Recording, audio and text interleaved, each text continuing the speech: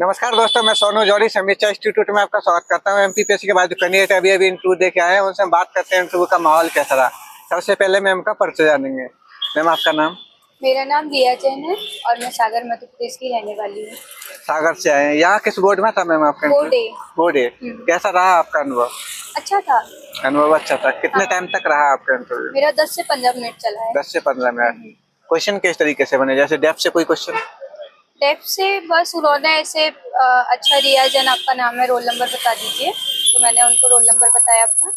फिर आप सागर की रहने वाली है, मैंने बोला हाँ सर। आपने ग्रेजुएशन अपने इन होलकर साइंस कॉलेज से क्या किया है? तो मैंने बोला सर ग्रेजुएशन किया है। अच्छा, आपने ग्रेजुएशन और फिर आप बनारस हिंदू यूनिवर्सिटी चली गई? मैंने बोला हाँ। तो बनारस हिंदू यूनिवर्सिटी से क्या किया आपने? तो मैंने उनको बताया MLISC मैंने किया है। तो बोले बीलेब कहाँ से किया है? तो मैंने बोला सर वहाँ इंटीग्रेटेड कोर्स है 2 साल का। तो बोले अच्छा ठीक है।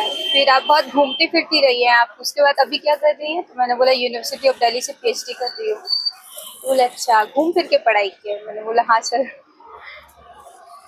और सब्जेक्ट में क्या क्या क्वेश्चन रहे मैम आपसे? सब्जेक्ट में फिर जो चेयरपर्सन थे उन्होंने ही पहले क्वेश्चन किया कि आप बनारस हिंदू यूनिवर्सिटी से आप पढ़ी हैं, तो कैस कब इस्टेब्लिश हुआ वो और किसने किया, जो है सब आपको जितना पता है बता दीजिए। तो मैंने बताया और फिर उसके बाद उन्होंने पूछा कि आप होलकर साइंस कॉलेज से भी पढ़ी हैं और अभी अहिल्याबाई होलकर के उसमें बहुत कुछ चल रहा है, प्रोग्राम्स हो रहे हैं, इवेंट्स हो रहे हैं, तो उनके बारे में बता दीजिए। फिर वो आंसर करने के बाद फिर सब्जेक्ट एक्सपर्ट जो थे उन पे मुझे वो किया गया। फिर उन्होंने मुझसे पूछा कि आपने BHU से किया है तो वहाँ पे हेड कौन था? तो मैंने हेड सर का नाम बताया और फिर बोले कि नेशनल लाइब्रेरी ऑफ इंडिया आपने सुना है? मैंने बोला हाँ सर।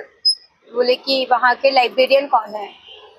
तो चूँकि वो लाइब्रेरियन की पोस्ट जो है वो डायरेक्टर जनरल के नाम से है, तो मैंने उनको बोला कि सर लाइब्रेरियन नहीं सर, डायरेक्टर जनरल जो है वो प्रोफेसर AP सिंह हैं। बोले हाँ, PHU से उनका संबंध है? बोले हाँ सर, वहाँ के प्रोफेसर है वो। फिर उन्होंने दूसरे एक्सपर्ट को मुझे शिफ्ट कर दिया। फिर उन्होंने मुझसे पूछा कि मुझे एक्चुअली उनका याद नहीं आ रहा क्वेश्चन। कोई बात नहीं। इसके अलावा जैसे कि मध्य प्रदेश से संबंधित कोई पॉलिसी वगैरह पूछी? नहीं, पॉलिसी कुछ नहीं पूछी। फिर एक और एक्सपर्ट थे, मेरे बोर्ड में 3 एक्सपर्ट्स थे। तो फिर जो थर्ड एक्सपर्ट थे उन्होंने पूछा कि अगर लाइब्रेरी जो यूज़र है वो लाइब्रेरी अगर आता है तो उनकी क्या अप्रोच रहती है? तो वो था। फिर उसके बाद उन्होंने पूछा कि आप रिसर्च कर रही हैं, आपका टॉपिक बता दीजिए। तो मैंने टॉपिक बताया। टॉपिक के बाद फिर उन्होंने पूछा कि आप किसके अंडर में आप? मेरे प्रोफेसर का नाम पूछा, मैंने वो बताया। फिर उसके बाद उनका एक और क्वेश्चन था कि आप रिसर्च कर रही हैं तो जैसे कोई भी टॉपिक आप सिलेक्ट करती है तो उसके लिए फिर आप जो लिटरेचर रिव्यू होता है कि डुप्लीकेशन ना हो, तो सबसे पहले हम किस पे जाते हैं? तो मैंने उनको बताया कि सबसे पहले से हम जो डेटाबेसेस है, इंडेक्सिंग डेटाबेसेस हैं, हम उन पे अप्रोच मेरा रहता है। फिर थीसिस शोधगंगा है, शोध गंगोत्री है, सारा डिटेल में उनको बताया। फिर हो गया था मेरा इतना। इसके अलावा जैसे मैनेजमेंट में कोई क्वेश्चन बना आपसे? नहीं नहीं नहीं। मैनेजमेंट। इसके अलावा क्लासिफिकेशन में और कोई क्वेश्चन? नहीं, कुछ भी नहीं, बस मेरे रिसर्च से था और जनरल जो था वो।